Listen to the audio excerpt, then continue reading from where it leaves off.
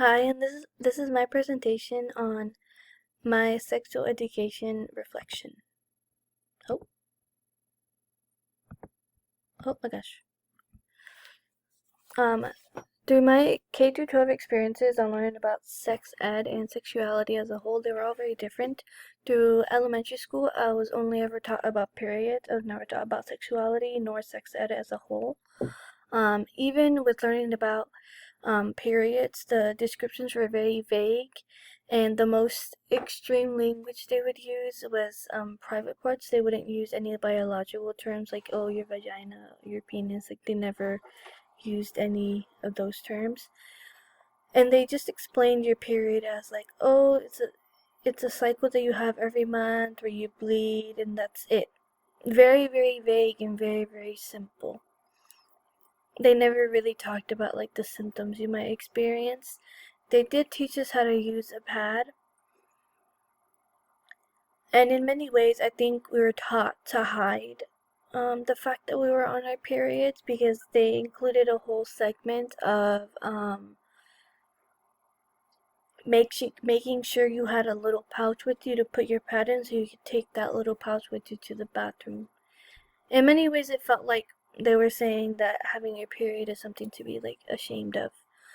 In middle school, I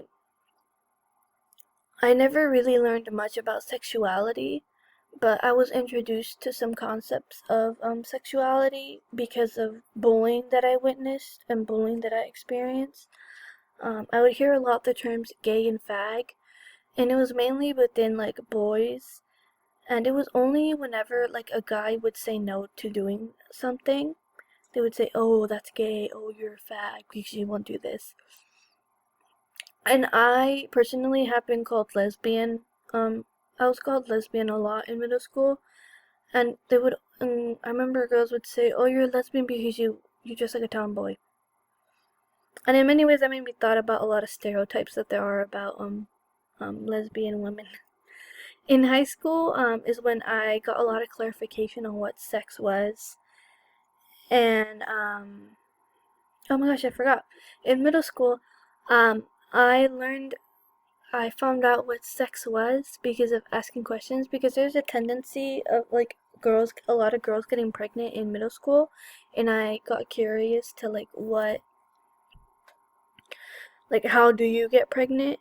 I remember asking that question, and that's how I found out what sex was. It's because of this and that. And in many ways, when I thought about sex, it reminded me a lot about like dress codes that we had in middle school. Like girls had very specific limitations. Like you weren't allowed to show your shoulders, no chest, no nothing unless it's below the knees. While boys just were told to wear an appropriate shirt.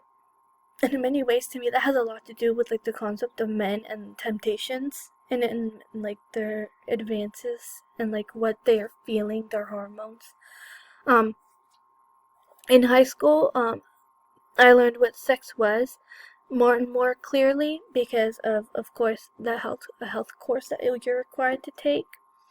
And through sex ed is where I learned more about like the scientific terms, like, oh, there's an egg and the sperm goes to the egg, and like that's how you can get pregnant. I learned about like biological gender, like female, male, like chromosomes.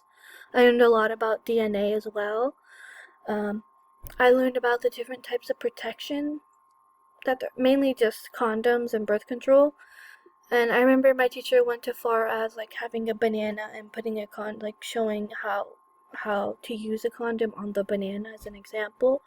Um, Something that I think I am very fortunate is that my sex ed coach, he was very respectful and wasn't biased, and I think that had a lot to do with the fact that he did mention that he had all daughters, and he's like the only guy in his family, so I think that had a lot to do with his perspective on teaching sex ed. He did something that I really liked, is that he prioritized the concept of consent, because with consent, it identifies a lot of what sex like your experiences with sex you'll have. Um, he spoke a lot about like sexual assault and sexual harassment, like what they were and what examples they were. And in terms of sexuality, I learned a lot about like what sexuality was and what different types of sexualities there were, as well as what different types of pronouns there were, because I attended GSA. I attended GSA not knowing what it was, so so in the long run I found out a lot.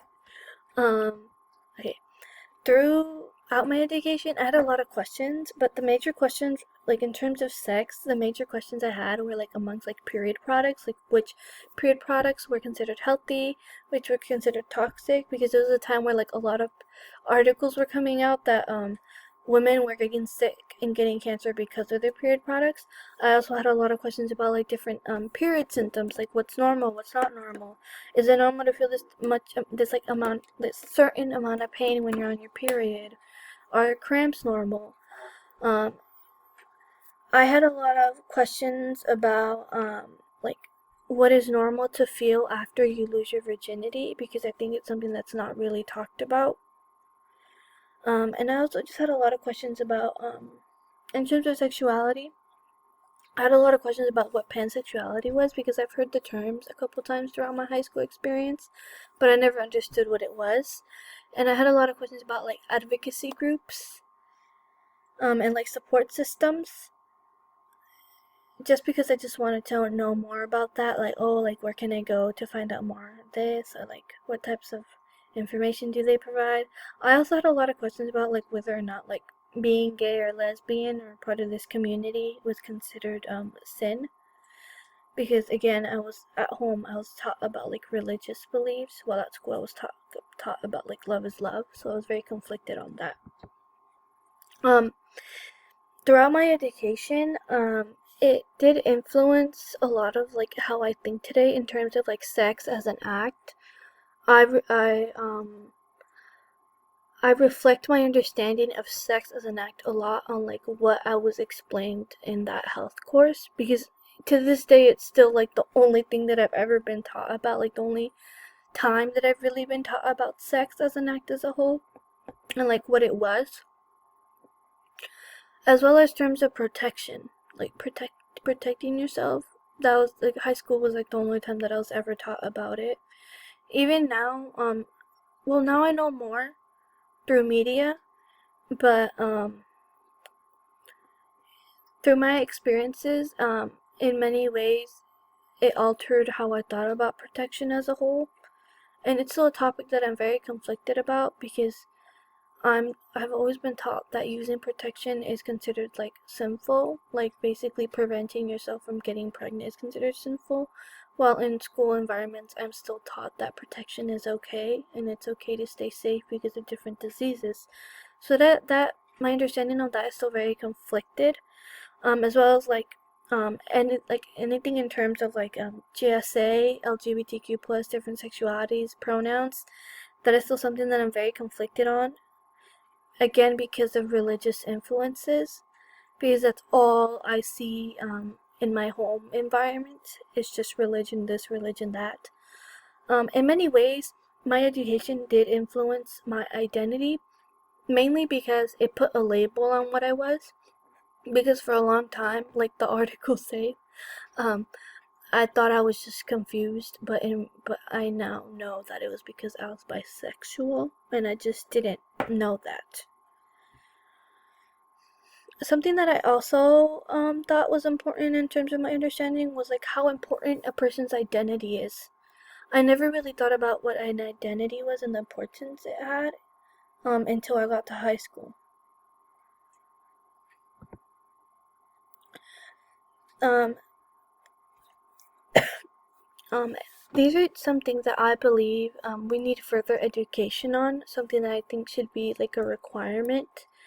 I think schools should teach more about period products, because we're only ever taught about pads and tampons, and there's a lot farther more options that you can use to make sure that you feel safe and that you feel comfortable in what you're using. I think there should be more lessons on like the female perspective of sex as an act, because to this day I think we're mainly taught about like the male perspective. We're not really taught about like women, like what women go through. And I think it's important to know more about that, because in many ways I think it can like it can influence the attitude boys and men have towards the act of sex. I think we should be taught more about like protected sex, like the different types of options you have, because we're only taught about condoms and birth control, and those aren't the two only options. And along with birth control, I think schools should talk about the different side effects that women have to face. Because even when you get birth control, you get that huge pamphlet with the list of thousands of side effects that you can face or things that can happen to you because you take birth control. And birth control isn't the only choice. They have a range now. They have different types of medication. They have different procedures that you can do. They have like injections. They have like implants that you can put in your arms. There's far more that I think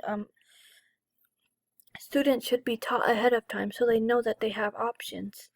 Um, Lastly, I think it's important that schools involve more the aspect of mental health, because sex can influence someone's mental health in many ways, either positive or negatively, depending on their experience. Sex can help balance with women's hormones in many ways. It can help balance the stress you feel and the overwhelmingness you feel in many ways. But at the same time, sex can be a very negative thing for women and men.